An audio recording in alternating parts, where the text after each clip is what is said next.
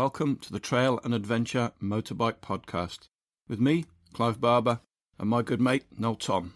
For the days when you can't ride your bike, there's always the Trail and Adventure Motorbike Podcast.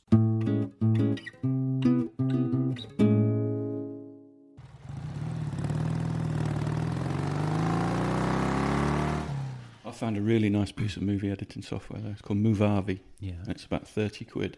Yeah. And it is really, really simple. Okay. I'll show you later. So, cause I just basically shot loads of footage on my phone, my Galaxy S10, and just literally just dumped it all into this Movavi thing. So it's in chronological order of the way I shot it, which was the chronological order of the trip. Yeah. And then just, cut it down to 3-second edits, and it was all right.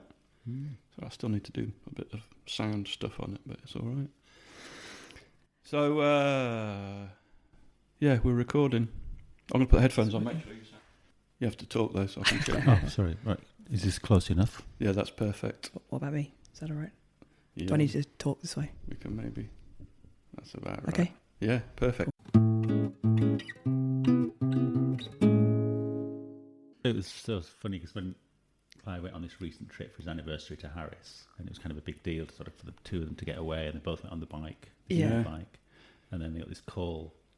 What did you do with the kids? Were they left here? Well, the oldest one's 18, so he was left here, and the neighbours were kind of The running them into responsible school adult. and stuff, yeah. Yeah. And then on the last but one day, we got a call from the school saying, Wilfred's broken his collarbone, can you come and pick him up and take him to the hospital? And it's like, yeah, we'll be there in about 13 hours. But fortunately, our neighbour stepped in and took him to the hospital. The other thing I learned from Rolf Harris. What was he doing to you when you learned that? I think it worked. I didn't see. Have you seen that before? For flies, if you got them with both of two hands, Really? they get really confused and they'll just do that. Looking at both of them, yeah, and don't move. And so you can get your hands. So if you Oh, go like I didn't know you'll that. see it straight away. They know you're over there. So you've walked away, you stepped away from the microphone, haven't you? What Rolf did on the vet show Yeah. was there was a fly in the vet surgery, and he did that. He put both hands really close to it, and then he did that, and the clap Wow. stunned it.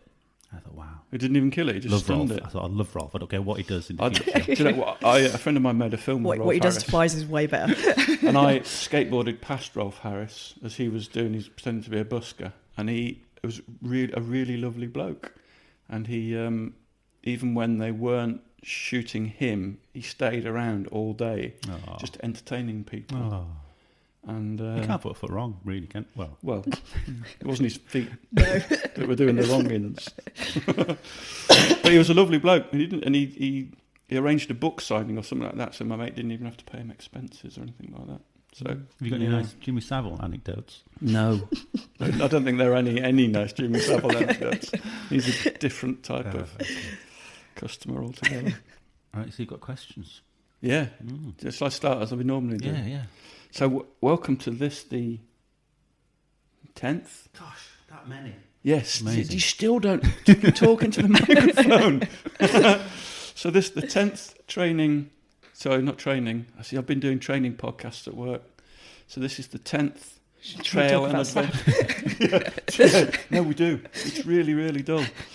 So this is the 10th trail and adventure motorbike podcast, and we're joined this week by a proper adventure traveller, Helen Lloyd. I'm sure she'll tell us more about it, but you have got an extensive adventure portfolio on all manner of different vehicles and animals. Yeah, animals as well. Yeah. So, but I guess the main thing is you started off as a long distance cyclist. Yeah, I mean, I guess actually my travelling originally started backpacking a long, long time ago, but my first big trip in overland terms was with the bicycle. And was that the one through Africa? Was that the first big one? Yeah, down to Cape Town. Tell us a bit about that. Well, I had the idea really when I had a knee injury and was off work for a while, and then sat thinking, I don't want to be in an office all my life. What am I going to do when I can get mobile again?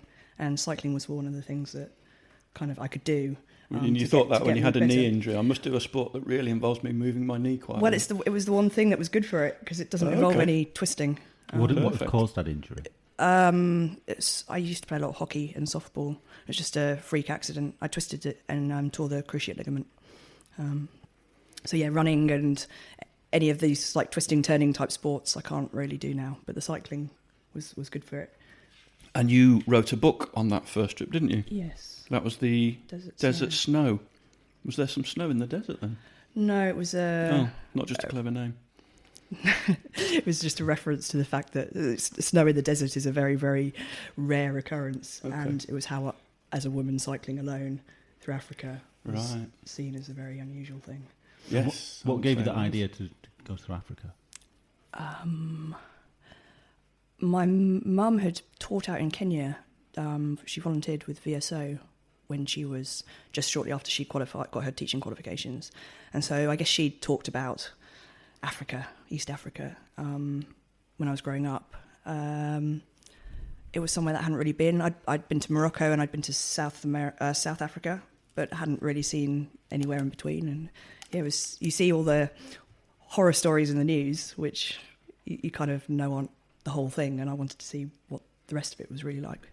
Yeah. So you set off from Southern Africa? Set off from home with the bicycle, yeah. Right. All the way through Europe into Morocco, presumably. Yeah, down through France and Spain. And how long did that take? The whole trip, or the whole trip? I think it was about 20 months. Wow, that's a long time to be away. 2 months in Europe, and then. And physically, did you prepare for it, or did you just set off? No, I just set off. I was much fitter then than I was now anyway, but I just set off. When you're not under any time constraint, it's easy. You just do what you can, and you only need 2 or 3 weeks, and then it's amazing how fit you can get on the road. But you cycle yourself into it, really. So you were averaging about 60 miles a day? Yeah, when I was on the days I cycled. I actually looked at your website. You've got some really good stats on your website. I get really detailed track of it all, like in a little spreadsheet. It's very geeky, actually. I don't bother now. Did you actually have a laptop with you and put in all the stuff Yeah. in? Oh, brilliant. But you don't do that anymore? No. Interesting. So something like 25,000 kilometres altogether? Yeah. Superb. And some paddling on the way, which is another of your hobbies. I haven't done a huge amount of paddling. I'd met another cyclist as we were crossing the Sahara, and we got talking about which routes we were wanting to go, and he'd mentioned about wanting to do some paddling in Sierra Leone, and I thought, that sounds quite a good idea, but I wasn't planning on really going to Sierra Leone, so I thought, well, what rivers are on the route I'm going? And there's the Niger River is kind of the one that stands out in West Africa. But how far did you paddle in the end then? Downstream, I'm assuming. Definitely downstream. That was hard enough. It was about 350 kilometres. So that's not just popping out for the day, is it? It was 2 weeks. Wow. And that was by yourself? Or? No, that was with Lars, the Swedish cyclist. The town nearest the source of the Niger River, Farana, when we cycled there, and then found a fisherman who would build us a boat. So he spent a week putting that together with his mate and their family of kids. So this is the pirogue. The pirogue. He literally dug it out of a. It wasn't. They didn't build us a dugout. It takes a lot longer to construct, and they're not as stable. So it was like a flat bottomed, like with planks panels. Okay. Wow. And how did you find him? Asking around. We moved hotels after a couple of days, and the guy at the second hotel's a slightly glorified word, I think. He was really, really helpful and sort of put us in touch with this fisherman, and kind of helped us, find out where we needed to get supplies and things. Yeah. Amazing. So that was the first big trip, and then you wrote the book about that. And then was the Siberian trip shortly afterwards, or? I came back I did another trip with Lars, a Swedish cyclist, from Canada down through to Central America. Wow. The following year, and then I came back and worked, and I sort of got into my head I wanted to do a big trip across Asia, and ideally from like the Black Sea to the Bering Sea I thought sounded quite cool, but logistically it's a nightmare, and so I ended up splitting the trip into 2 parts, and like a summer part where I travelled through Russia and Central Asia, and then came back home to pick up some winter gear, and then flew it back out to Siberia. Wow. And cycled to Magadan. So it's definitely worth looking on your website. What's your website URL? Helen's Take On. Helen's Take On. Yeah. www.helenstakeon.com. Fantastic. So it's well worth looking at that just for the pictures of Siberia, which are excellent. Yeah. Mostly snow and trees Yeah. and a bicycle. Yeah, but you had presumably using studded tyres because it Yeah. was pretty much Yeah. just riding on ice and snow, wasn't it, the whole way? Yeah. But the road was actually, I mean, because it's all covered in ice and they keep it well graded, most of it anyway. It was actually with the studded tyres. It was all right cycling. Wow. And how did you keep your hands sufficiently warm? Lots of gloves. No. When I was cycling, it was actually because you're generating your own body heat. It's not like on a motorbike. I was fine and actually only needed a thin pair of fleece gloves, and then had like sort of like bar mitts that you put your hands in, because then you've got a very thick layer of air Wow. acting as like insulation, and that was fine. But the problem is when you then stop and take your hands out, and then your body cools, then your hands, you have to then put more gloves on, and it's difficult. And you were staying in a tent a little bit on that trip? Yeah, I didn't camp as much as I thought I would. Funnily enough, in -50. Well, yeah, I mean, because when there's a cafe that will allow you to sleep out the back, they often have little Right. rooms with beds and sort of like, they call them mini guest houses. Okay. Or people would invite me in to stay with them. There seems to be a lot of pictures with you with Yeah, couples it happened. or It happened a lot, and I mean, it was great because I didn't have to sleep outside. But in some ways, it was easier. Apart from the 2 weeks when it was really cold, it was actually easier when I could camp myself, because then I could eat as much as I wanted. I wasn't, I could sleep as long as I wanted, rather than sort of being a guest, a polite guest. Yes, exactly. And it's wonderful. I had great experiences, but it's exhausting. Yeah. So there's 2 books came out of that. First one is Desert Snow, and the second one is A Siberian Winter's Tale, and they're both available through your website And Amazon. and also on a Kindle. I haven't done it yet, but I will buy them on Kindle on payday, which is when on Friday. Fabulous reviews on Amazon. You've got like 45 reviews, and I think pretty much all of them are 5-star reviews, and lots of people say very nice things about them. You've probably not even read them. No, I have. My dad is like my sort of, he loves checking out like how many books have been sold, and great. if I've got another review, so he always tells me. Excellent. So where do you get more money from, the online sales or the no, the ebooks. Ebooks. Yeah, and sometimes occasionally give talks and then sell a few afterwards. Brilliant. Do you want to come to our film festival and we do it? Yeah, I could do. I don't have a film. Doesn't matter. Don't care. We'll work something out. And did you meet many other cyclists on that Siberian trip? Surprisingly, I met 3. They were travelling together. It was it ever people coming the other way? Or No, it was a Polish guy and 2 Russians, and I'd been in touch with the Polish guy on Facebook, because probably just Googling about and researching about cycling in Siberia, we'd sort of come across each other, and we were more or less doing the same route at the same time, and so we bumped into each other in town. We didn't end up cycling together.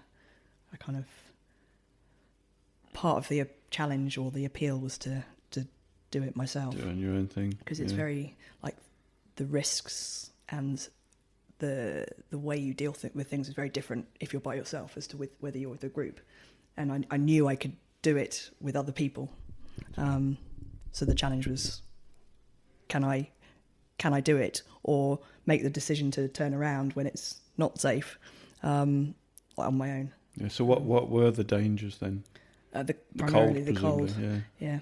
Because just everything can be fine, and then with the cold, you make one mistake, and then you're in big trouble. Then almost instantly you're in a survival situation. So I'm assuming -50 was the extreme.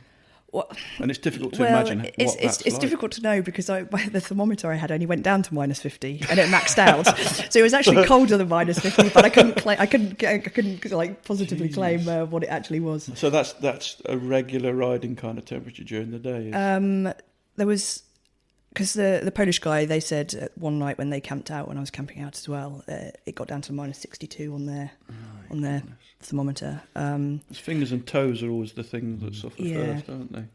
Could you ride with your face exposed in that temperature? No, I had a face mask, I kind of and then ski goggles kind of looked a bit like Darth Vader like, but the mask had like a filter in it, and in the end that didn't work because on the first day the moisture from your breath froze within the filter, and then I didn't realise what was happening the first time. I'd stopped to get some petrol for my stove and had taken it off, and then when I started cycling I was like, oh, this is really, really hard work. Not that unfit. I know it's a little bit hilly, but I wasn't expecting this. And then I was like, all the pressure on my ears, and I was like, suddenly realised I was suffocating myself. So you knew it was going to be this difficult before you set off, presumably? I knew it was going to be hard. The previous winter I'd had 3 weeks cycling in northern Scandinavia with another cyclist as a sort of a trial, and that was fine and really enjoyed it. And when it got down to, I think, one night minus 28, and so I knew I could deal with those temperatures and the cycling and the camping and surviving. The problem was when I got into the away from Baikal and then it started on the Klima Highway, there was 2 weeks where the warmest it got was minus 25. It was usually nearer minus 40, or colder. And so the degree of coldness in northern Scandinavia that I knew I could deal with was nothing. I hadn't reached the Siberian temperatures, and that's completely different experience. It's kind of unimaginable, really, isn't it? Especially day after day, and you were doing it for about 3 months. Yeah. And what had given you the idea for this one? Was it Ewan and Charlie? No, it wasn't. I first started coming up with the idea, I think, towards the end of the Africa trip. And it's like when you've been somewhere really, really hot for a long, long time, you start thinking, oh, where would it be nice to get somewhere really, really cold? And then when I was on cycling through America, I downloaded a book on Kindle about, it's an old book, about this guy who's riding 10,000 kilometres through Alaska with dog sleds. And it just was captivating. And I think I read like some Jack London, White Fang and stuff. And the whole idea of this like living and travelling in the cold sort of suddenly got appealing. Wow. Fantastic. Was there ever a point where you regretted it or not really? No, never. No, never. And I never sort of, I guess in the really hard times, it was just a case of you're just thinking about surviving and moving on, and you don't have time to regret. You just get on with it. You just do what you have to do. And then as it got towards the spring, I mean, it was still cold, but then it was much more manageable, and I really started to enjoy it. And I was very acclimatized by then as well. So you're actually enjoying it. It's not like you're running a marathon and hating every minute of it. No. Sorry, so it's that. Post, I think. There is a teenager in the house, but he's fixed to the Xbox, so we may or may not see him. So at some point then you saw the light and got a bike with an engine on it. Yeah. What precipitated that? Again, I think it was on the Africa trip. I'd come across some guys, people riding, usually guys, on motorbikes, and I thought, oh, that might be quite fun. Because the thing with the cycling is, if you're cycling the whole way, there's long distances where it's just a bit of a slog and it's not very interesting.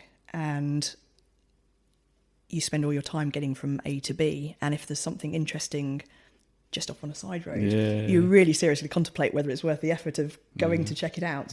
And so the motorbike kind of, I thought, you cover those boring parts quickly if you want to, and then spend more time in the areas that you actually want to be and explore those more. And have a lot more fun in the meantime. Yeah. In some ways I find the cycling is you come into contact with people a lot more because you're travelling slower, and certainly in some parts of the world cycling or bicycles are quite a major form of local transport, and so it's relatable. But the motorbiking's just fun. But you'd never ridden a bike when you started to think about it. You weren't riding. You'd never ridden a bike as a kid or anything. The motorbike? Yeah. No. So yeah, so I knew I wanted to do a trip with a motorbike, and then I think when I came back from the Africa trip, I got my license. Just did the CBT and direct access. As a parent, your parents must have been absolutely freaking out at this point. So you're going off to all these supposedly dangerous places doing dangerous things, and then you add a motorbike into the mix. Your They- poor they- mum and They dad. never really seem to say anything about the motorbike. I think I've been doing this stuff for so long by then that just was just given up. like, yeah, it's just another thing. So, Mr. and Mrs. Lloyd, you have you have my full sympathy anyway as a parent. And did you find it an easy transition to go from a bicycle to a motorbike? Yeah, it was. I really, really loved it. So I got when I was just at the end of the Siberia trip, I had a week at the end before I flew home, and I was like, oh, where am I going to go next? I was like, oh, maybe I should get the motorbike. So I checked on eBay. I already knew that I wanted a Cero for Good various choice. reasons, and there was one for sale. So I was like, I'll just phone up and ask some questions about it. Except for I know nothing about motorbikes, so I was like, well, does it run? Can I put down a deposit right now? And 5 minutes later, I'd bought the bike. But it served you well. You've still got the same bike now. Yes. I know it's some work to do on Yeah. it perhaps, but yeah, no, it seems a good choice really. I mean, we're big fans of the smaller bikes. Aren't we? Yeah. it just seems the whole thing with going adventure travelling on a motorbike is the fact that you can pretty much go anywhere, do anything you want, go on any trail, and if your mode of transport actually stops you from doing something, It's not then the right one. it's not the right one, is it? Yeah. I came across quite a few people on the Africa trip when I was on the motorbike, on bigger bikes, and say where we were going, and they'd be like, "Oh yeah, that would be nice, but I couldn't do it on this bike. Yeah. If I was riding your bike, yeah, sure." Yeah, which speaks So- volumes, doesn't it? Really. But from the very beginning, you thought, I'm going to buy this bike. Did you have a particular trip in mind that you would do on it? straight No, away? although I did know I always wanted to go back and do another trip in Africa for sure. But that wasn't fixed at that time. No. So do you think people treat you differently when you're on a motorbike with all your gear on compared to when you were cycling? Or is that just a UK European thing? I'm not sure because the second Africa trip I was travelling with Jimmy, so it's different when you're riding with someone else, and that's I think more of a bigger thing than actually whether it's a bicycle or a motorbike. And obviously the Iceland trip I was by myself, but don't come into contact with so many people. No, I guess not so many people Yeah. around. So which do you prefer? We've had this discussion on doing it with somebody else or I'm by on your own. myself. You do? Yeah. Yeah. I think that Very wise. most people that do big travels do it on their own, don't they? I think that's Yeah. probably the only way. Yeah. Yeah. He's very selfish. I'm not saying It's you nothing are, to but do with being selfish, is it? That's not. No, I don't think it is. But you can be. I mean, it is quite a selfish thing because you can do exactly what you want when you want, and you don't have to take other people's, into anyone else into consideration. So it is kind of selfish, but that's not the only.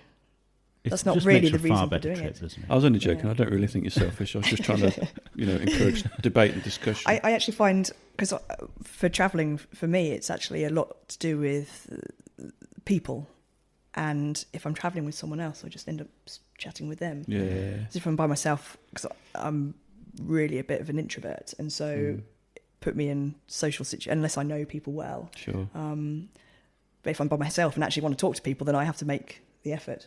And also because when you're by yourself, people come in to talk. You're much more approachable, I think. Yeah.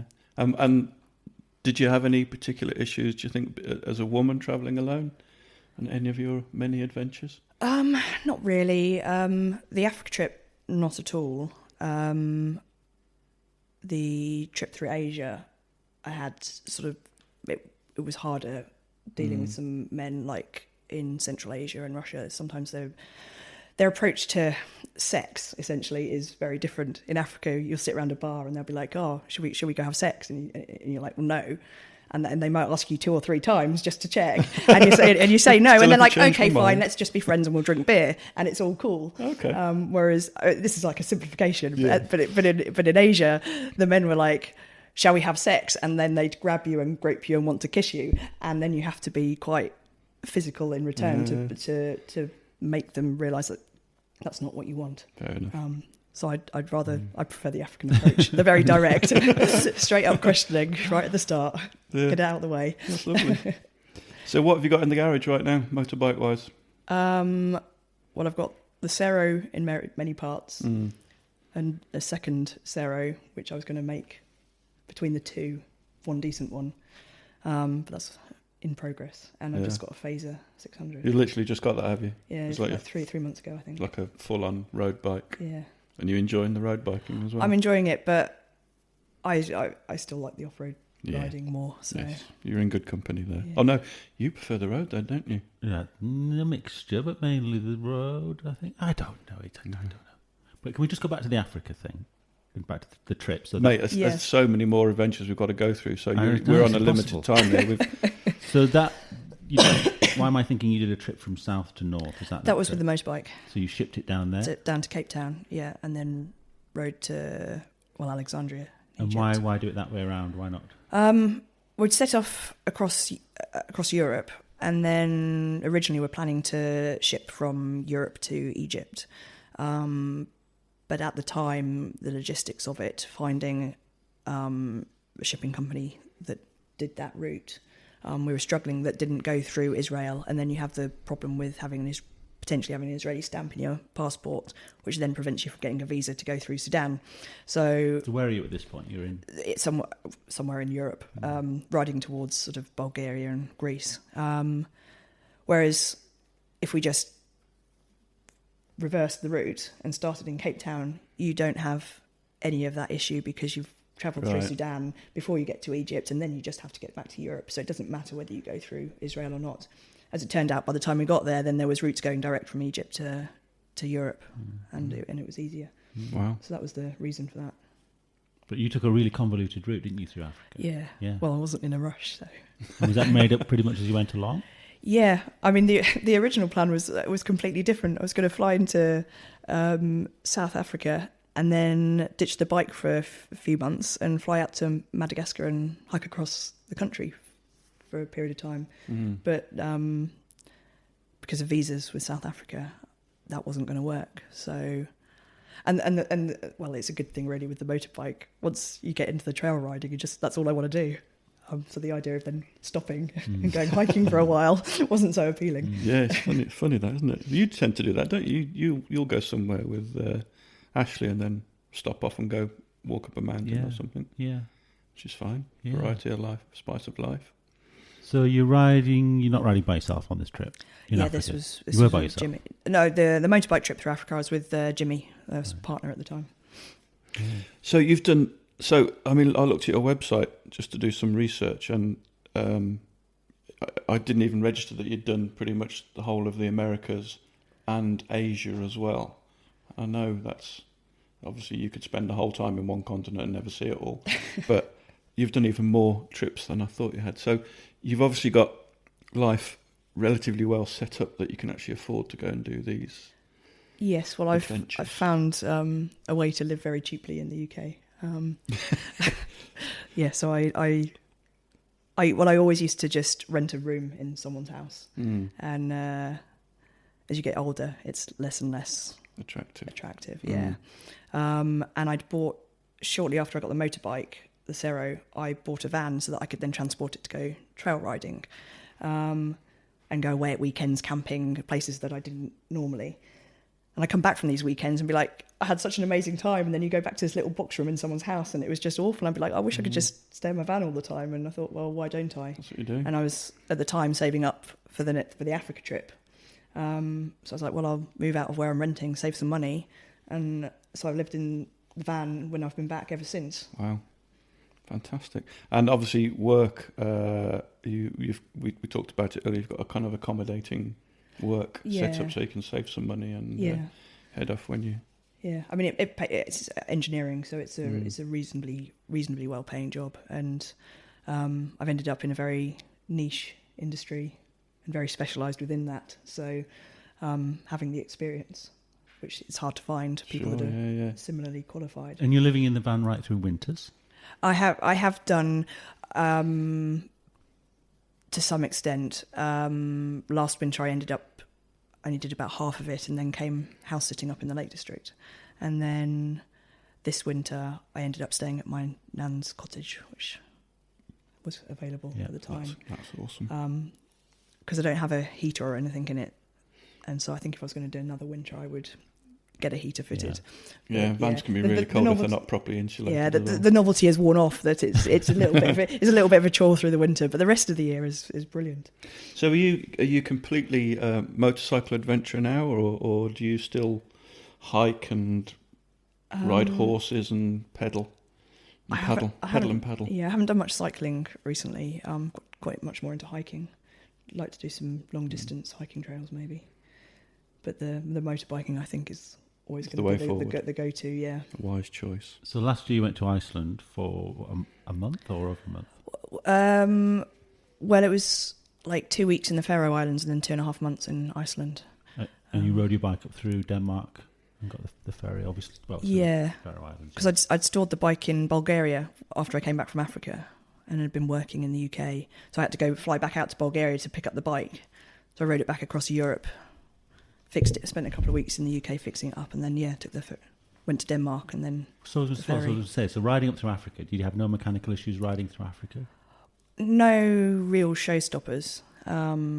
Just the usual things. You always get something goes wrong, don't you? Yeah. On the ride across Europe before that, then the engine seized when we were in Bulgaria.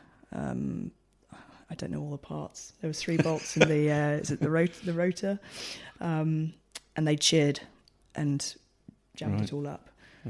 So not really knowing much about it. We've got the Haynes manual, service manual on YouTube. But you fixed it yourself, didn't you? Well, yeah, with Jimmy between us. So he's much more practical, and he would tend to do the manual stuff, and I'd be there with the instructions, figuring out which part was which and what needed doing, and between us we got it sorted. Did a full engine rebuild. That's quite impressive, isn't it, on the side of the road, effectively. But it did pretty much Africa. You went to Iceland with that being the only issue that it had. Apart from worn out parts, clutch plates, chain and sprocket, tyres, not much else. The starter motor had gone, but it's got a kickstart, so I just kickstarted it all the way back. And did you go to Iceland with a plan of your route, or did you make that up? No, I made that up. I sort of went with the intention of finding a nice, quiet, peaceful place to camp and do loads of writing and just get away from it all, and maybe do lots of walking. And the bike would just enable me to get around. But actually, once I got there, it was the trails were too appealing, and I just ended up riding all the time. Does look amazing. Yeah. So who copied whose route then? Because nobody copied anyone. Well, did you? Well, there's only a limited number of roads, isn't there? No. I mean, just to get there is quite a challenge, isn't it? To go to Denmark and Faroe Islands. Consuming, to get there. Yeah. Yeah. So how was your ferry crossing? Oh, it was smooth. Were you in the couchettes or? Yeah, the little. How did you find that? Rooms. Oh, it's fine. But you're in an all-female couchette, presumably. Were you? Yeah. Yeah, I see. It's a nightmare in the all-male. Is it? Are they all snoring? God, terrible. I had a really drunk woman in ours who was like made a huge racket. Yeah, I normally really like ferry crossings, but that really kind of tested me, and that's put me off a little. So how long was it the crossing then? Is it 3 days? Is it? Yeah, it's two nights. It was that long. Yeah. Oh, blimey! Yeah. And you're in like a bunk room kind of thing. Yes, right in the bottom of the ship. Oh my lord! So all the crew come down, and they couldn't give a monkey, so they're just slamming doors and. It's like a dorm room in miniature, isn't it? Yeah. So if you had kids, you'd be able to sleep through anything. So I'd be fine on that, but obviously I can't do it because I've got kids. So pointless. Yeah. And what time of year was that? I went out early to mid-June, and then 3 months later came back. So it was pretty good weather for most of the trip. So last summer was you had summer of the century here, amazing weather, which I completely missed. Iceland had their wettest summer in 100 years, so it was not ideal. But still, there's days when it was good, and you have pretty much 24 hours daylight, don't you, in the summer? So when it was sunny, I just rode, and then when the rain came, hunkered down. Yeah. Was it how you expected it to be, pretty much? I didn't really have many expectations. I didn't really know much about Iceland. Yeah. It looks incredible because I've been to Iceland. My wife took me for my 40th birthday. Yeah. There's a story there. We're not going to tell that one. But because we were there for probably only a day and a half in the end, and it's I just didn't get how amazing it was. Seeing your film, and seeing your photographs, it's like, wow, I just didn't really see Iceland, because it's astonishing, isn't it? Yeah. Absolutely beautiful. Yeah. And I just really saw Reykjavik and a little few of the geysers outside, so it's a case of the travel narrowing the mind, if anything. And you didn't have any water crossing dramas, really? We didn't drown it at any point. I got very, very close. It nearly drowned me, actually. It was towards the end of the trip, and I was up in the Highlands and crossing sort of open plateau, and you've got the glacial runoff sort of making like a network of streams. You're just riding through them, and as the day wears on, then they get deeper and deeper. But they weren't that deep. I've been through some deep rivers, and some which I wasn't prepared to attempt. And I was going, there was this one that looked a little bit deeper, but I could still see the bottom. It was a bit murky. And I rode in, and then the bike just sunk, and it was basically quicksand. Lord. So I managed to kickstart it again and sort of paddle with my feet and start to get out. But then the back wheel started spinning and sinking further, so I had to cut the engine. And there was just millimeters of clearance to the exhaust and the air intake. So then I unloaded all the gear, took that over, and then came back and then started the bike up and started pushing and pulling, and then I kind of stumbled and fell into some quicksand, and the bike toppled on top of me. Oh my! So it kind of took all my strength to get it off me. You could have drowned. I was quite scared, and if I'd been on any bigger bike, it would have been a different outcome. Yeah. And did you find it psychologically difficult at times, riding by yourself and being in the middle of nowhere? The riding, no, not at all. But the river crossings I did, because you really want to try, and you don't know whether you're just being a bit of a wimp for worrying about whether it's a problem and whether you can really, because I didn't really know what my limits were. I hadn't done river crossings. Yeah. But obviously you want to be able to continue on the route you're going, but how much of a risk can you take? And it's if there's someone else with you, it's very different. You can help each other, and there's somebody there as backup. It's relatively easy to get water out of your engine if there's 2 or 3 of you, so you can lift the bike up and do all that, get to your spark plugs. But on your own, it's a different ball game, isn't it, really? Well, this is what I not really struggled with, but I was thinking about it all the time. I was constantly assessing the risk of it. Yeah. And it really played with your mind, doesn't it? Yeah. Thinking, is this crazy, or is this okay? Or But did you walk them before you went through? Little rivers I did, yeah. But Yeah. So you know how deep they are and what you can and can't do. Yeah, it was just trying to work out really how were you really in the middle of nowhere, and was it really going to be able to? Was it really going to be difficult to extract yourself from some sort of terrible situation? And you don't always know, because the maps show where the rivers are. So if you cross if you do decide, yes, I think I can do this, and you cross one, you've got to come back if you turn around. How the other one's going to be, and then if you've got, and when you're doing it from a different direction, it's often it's a different. If it's fast flowing and depending on the lay of the rocks and stuff, it's a different scenario. Then did you find yourself looking forward to the next water crossing? A little bit. No, well, I towards the end of the trip, I actually ended up riding with a German biker. Our paths just crossed, and we were sort of going the same way. He was one of the few people actually who was riding a off-road. He had a DRZ 400. Most other bikers were kind of following the tarmac ring road on big bikes. And it was really nice riding with someone else, because even though we knew there was a big river coming up, we could attempt it. Which and the routes we did together, I couldn't have done. Couldn't have done by myself. Yeah, sensible. Yeah. And did you do quite a lot of wild camping in? Not as much as I thought I would. Difficult, isn't it? Yeah, and there's quite a lot of campsites. That's the thing with the motorbike is, if you know there's a campsite 30 kilometres away, it doesn't take you long to get there. Whereas from cycling, you end up wild camping a lot more, because 30 kilometres on a bicycle is you're just not going to do. So you just pull off the road, and it's easier to get off the road with a bicycle. And did you see lots of other bike groups, or not really? I didn't. Not huge numbers. No. The getting on and off the ferry and that sort of thing, but didn't see. I only saw a handful of riders in the Highlands. And so Europe, I'm intrigued by, you described Romania as the Africa of Europe. Well, I didn't come up with that actually. It was I've got a couple of Romanian friends, And they said, and they call it the we are the Africa of Europe. They've done actually. John is the linesman for the TET. Okay, so he's a good. So he's provided us with routes through the Africa of Europe as well. Yeah, fantastic. Good place to go. Good destination then. Yeah, I really enjoyed Romania. And I think there are companies out there where you can fly out and they hire bikes, and I think possibly in Romania as well. Yeah. I'm trying to think what it's called, but don't know. I'll look it up and add it on later on. And also Albania, you seem to really like as well. Yeah, I didn't spend very long there. That was on the way back to the UK, and we were a bit tight on time. But the north is just stunning, and really cool trails to ride. Yeah.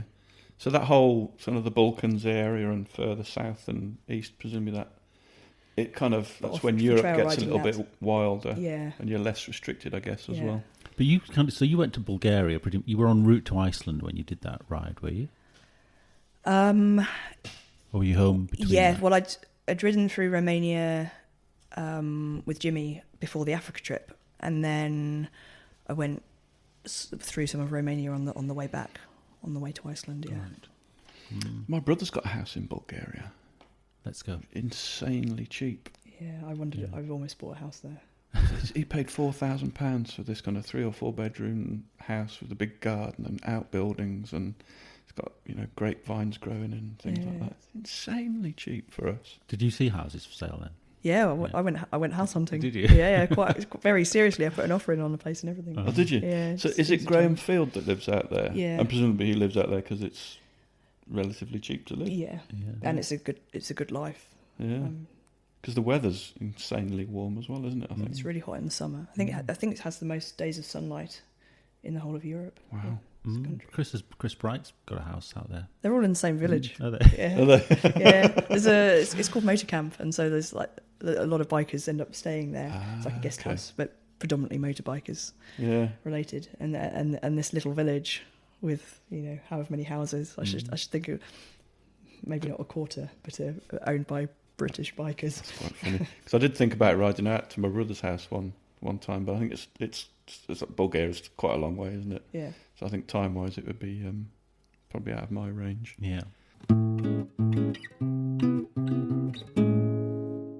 When you were growing up, did you sort of see this life ahead of you when you were growing up?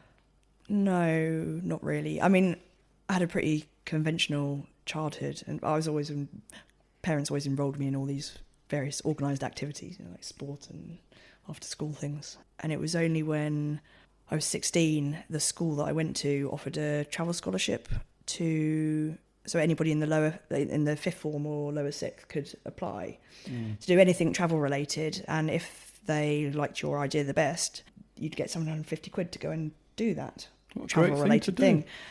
And I was very, very shy and quiet, and the idea of going off travelling by myself, I didn't know anything about travelling. I wasn't going to do it. And then as the time went on, I thought this is actually a really good opportunity. So I spoke to my parents, and Dad went to the library and found there's organised groups that take young people on trips, sort of expeditions. And so I applied to go to India for a month. And I didn't get the scholarship, but my parents said, well, if you can fundraise the money that you were going to anyway, then we'll front the rest. Yeah, and brilliant. So that was my introduction into the world of travel. So do you think travel has changed you? Yeah, that was because you don't come across over as quiet and shy now. No, really. I know, and I think going to India then was the real I think everybody probably has 2 or 3 turning points in their life that kind of their life then goes along a certain path, and I think that was the main significant one for me. A sliding doors moment. Yeah. How old were you when you did that? 16. Right. I think I guess part of the reason it changed me quite a lot was because I was this shy, quiet person at school, but I didn't feel that was entirely me. But it's very hard to break out of a mould that people have put you into. Sure. Whereas then going on a trip where no one knew me, I could sort of remake myself into someone that's not this very quiet person. And I still am kind of at heart, but that's not entirely That's me not now. what you are anymore. So of all the trips you've done the Americas, you've pretty much, I think you've mentioned everywhere apart from Australasia, but you've probably done that as well. No, I haven't haven't been there. Okay, there we go. That's one thing to do. If somebody was to plan one big trip, what would you recommend they do? Oh, my heart is always take me back to Africa. Yeah, and that seems the most challenging one because we had this conversation with Chris about safety and security and Chris had some funny stories, but for most people that seem to travel through Africa, it's just not an issue, is it really? No, and of all the places I've travelled, I've never really had any safety or security problems anywhere in Africa, whereas I think it's probably the only continent where I could say that. There are places that are dangerous, of course, and we read about those in the news, but you don't travel there. So yeah. Well, a friend of mine once said he's travelled quite extensively in Africa, and he said, well, the thing is, you can even, he's a bit cavalier, but he said, even if there is a war on in that country, you've only got to be 200 metres away from it to avoid it. To avoid it, yeah. That seemed a little bit cavalier, but then he was hitchhiking through Africa, and he was like, he said it's the best place in the world to hitchhike, especially South Africa where there's a lot of cars. And because basically the first car that sees you pulls over and goes, what the fuck are you doing hitchhiking in South Africa? Get in! Where are you going? We'll take you all the way. So any particular countries in South Africa? I think you spent a long time in the Congos, didn't you? It's about 3 months in the Congo. I really, really loved it. And I'd happily go back. There's a lot of the places that I travelled through then are not very safe now. Yeah, because I remember I spent a long time debating whether I should go because it has got there are places where it is dangerous and it has got a lot of problems. And but the problems were mainly up in the northeast when I was wanting to travel through. And if I travelled from the west to the southeast, completely avoid that. And so people say, yes, but there's war in the Congo. But that's like saying the UK is unsafe when the Balkan War was going on. Yeah, the distances are the same. Yeah, absolutely. Did you ever meet any other solo women travellers on motorcycles? No. That's never happened? Don't think so. Funny? I haven't come across many. I don't know if it's just the routes I end up taking or the time of year that I end up going, but I don't end up coming across many other bikes at all. Many other travellers often. That's amazing because normally wherever you go, you're always bumping into people. Yeah, but I was thinking that's funny if you catch a ferry to Spain and you're on a card or a ferry deck full of motorcycles, and you come off the ferry and you might not see another bike for 2 weeks till you're back on the ferry again, and there they all are again. You think, gosh, how did we all disperse? It's a big old world. But I think there's not so many people travel by themselves with the motorbike. There's not so many people travel by themselves. I think there's a lot more cyclists doing it single. Because nobody else wants to fucking do it. It's too hard. It's amazing how many people are doing it, actually, because it's a very cheap and affordable way of seeing the world. No, I used to cycle a lot. Did you know I used to race bicycles when I was in my 20s?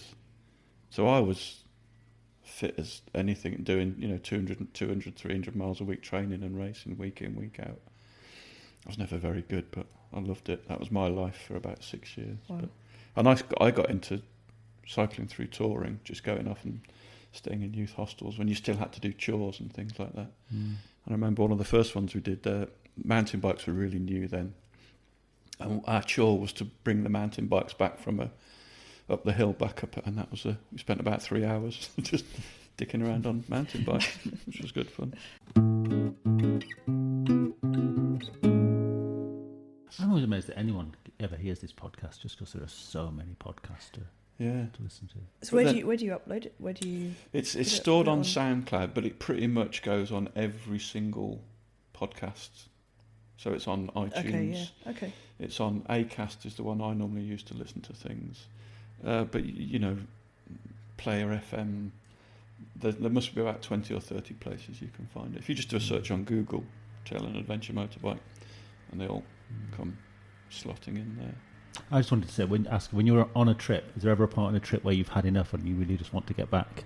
Actually, Iceland was the only time where I was, the last week or two, it was starting to get colder again and the bike was falling apart and I was pretty tired and hadn't been sleeping well for a long time because my the Thermarest or inflatable mattress it was staying inflated for about half an hour at a time, but by the end, so I wasn't having much sleep, and by that point I was like, I'm kind of ready to. You still had to ride I was back? ready to go home. Yeah. Okay. But that's okay. And once you're back, like as soon as we got back in Dead End Mark and the weather, it was sunny and gloriously warm, and Well, that's different if you're in Iceland, which is a few days away, to if you're in the middle of Africa somewhere. And you just, but that's the only time I've ever had that feeling. Never. So I guess one more big question is you've just finished a stint of work, so presumably you've got piles of cash. Well, enough. So what's next? Explore some of the UK that I haven't seen much of before. So have the summer up north.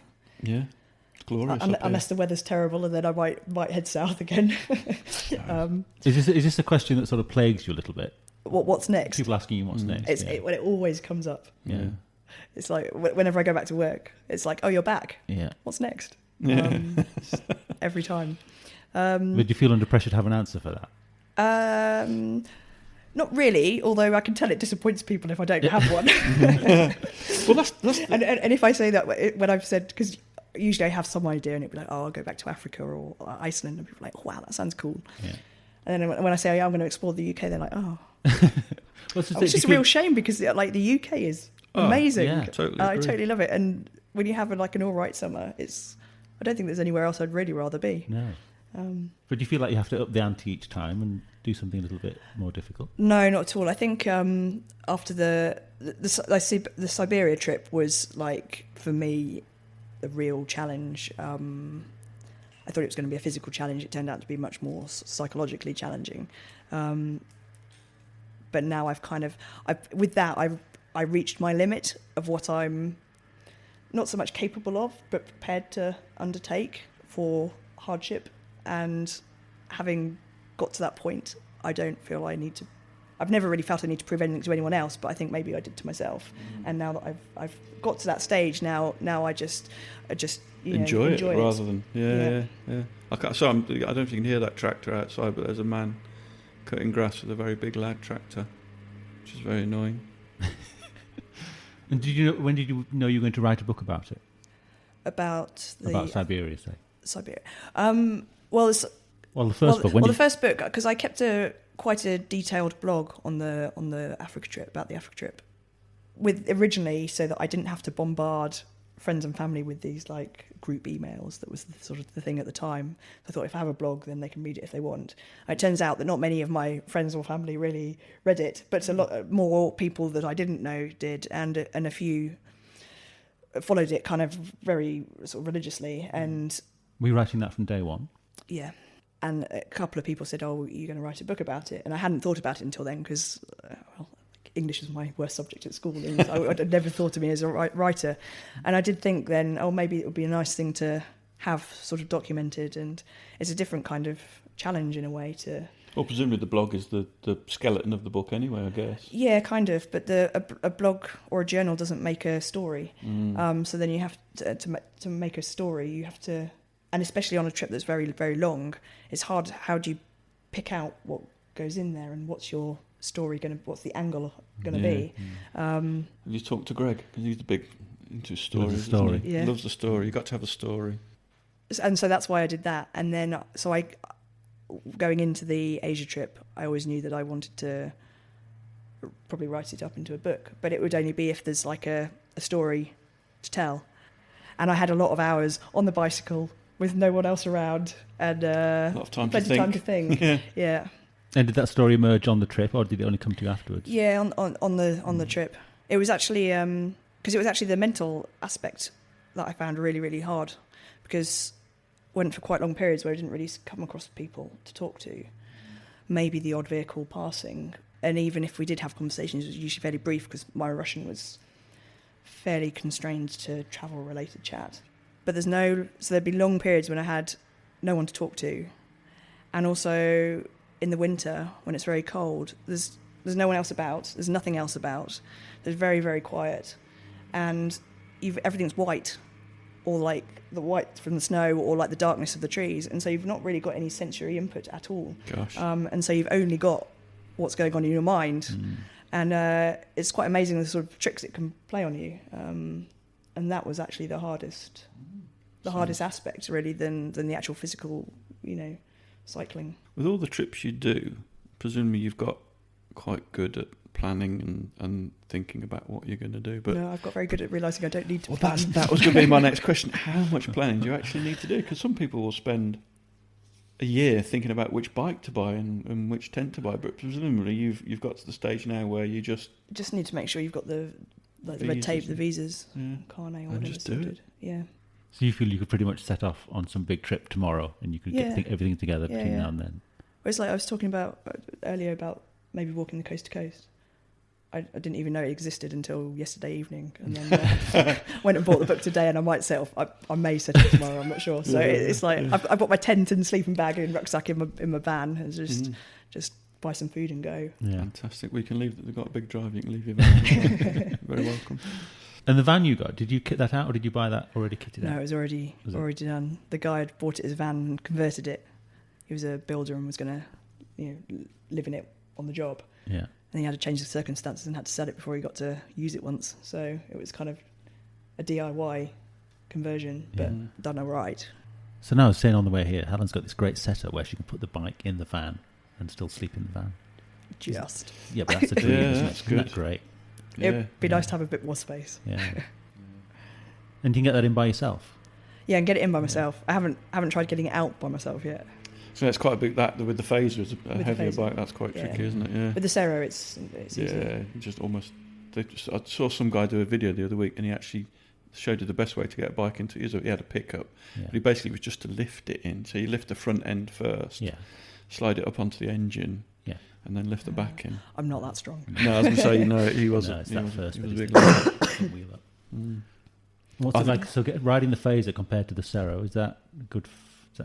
It's really good fun. It's just totally different, isn't it? But it's really, really good fun for the roads. But it's the trail riding I enjoy. So. And do you fancy doing a trip on your Phaser? I'm not that bothered. No, because I know if I got, halfway across Europe, there'd be trails that I couldn't really take it. Yeah, but it's, I don't know. I saw a guy riding a XT500 the other day, and I quite like the idea of that bike. Yeah. Well, just something that's sort of scrambler style. Yeah. Thing. Well, because Greg's got persuaded me to buy a CB500X. Yeah. So that's going to get ruggedized at some point. So I think one of our next trips is going to be to Scotland, and on bigger bikes with knobbly tyres on, to see how much trail riding we can find. And about 10 years ago, I was driving up through Italy with Ashley, and two XT500s overtook us, and it was just this image that's just burnt itself onto my memory. They are lovely bikes. I love that bike. They're quite. They've got a bit of they're a bit pricey now. Yeah, absolutely. But just the lowness of them, they just looked really comfortable. But it was a trail bike; it just looked fantastic. Yeah. Yeah. But if I'm going to do any big trip, it'll always be on a little bike, because I don't want to want to go somewhere because the bike's too big and. Yeah. And where do you see that? Was it the lowest price induced seeing the Cero, or? No, I was at one of the Horizons Unlimited things.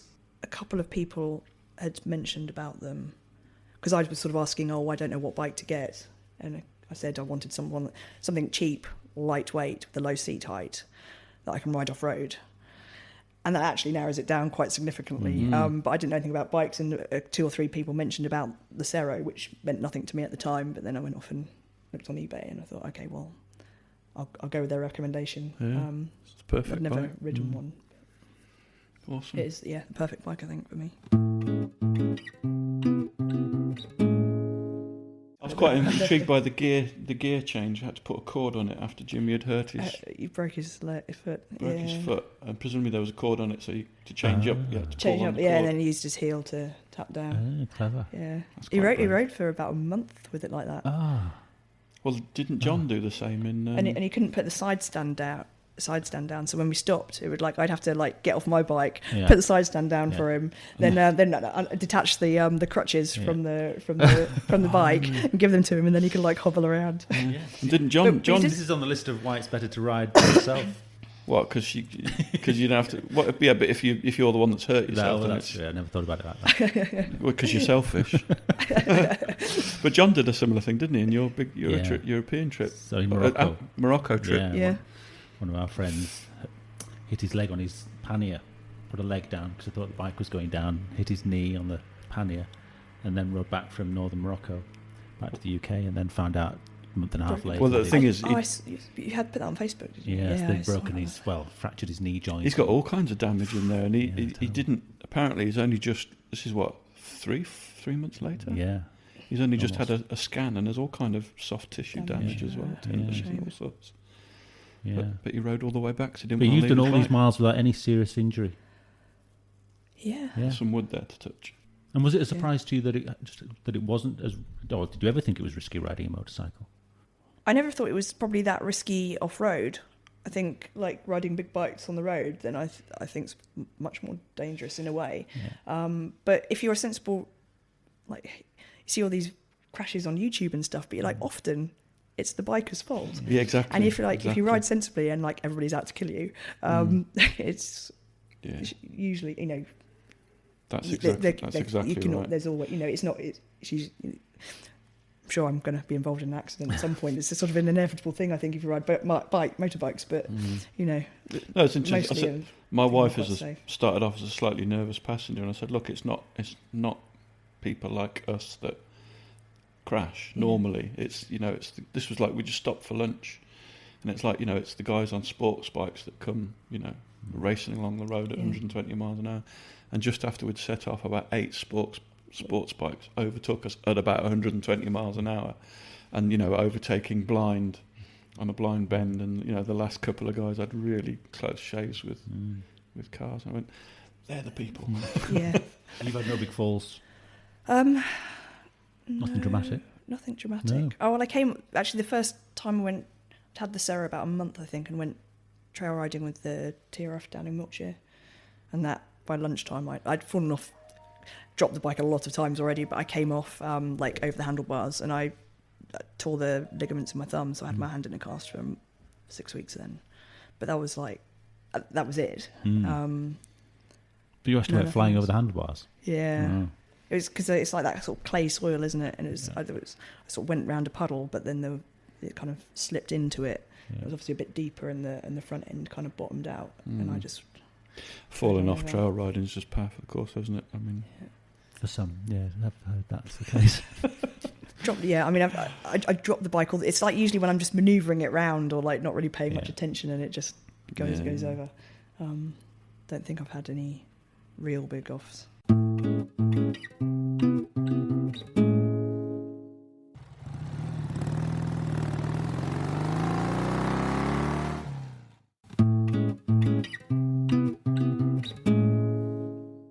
thanks for listening. We really appreciate your support. Don't forget you can follow us on Facebook and Instagram. And if you really appreciate what we do, you could consider supporting us on Patreon or buy us a coffee. Links are available on our website, which is tampodcast.com, tampodcast.com, where we also have a limited selection of branded stuff. But either way, please keep listening and spreading the word. See you next time.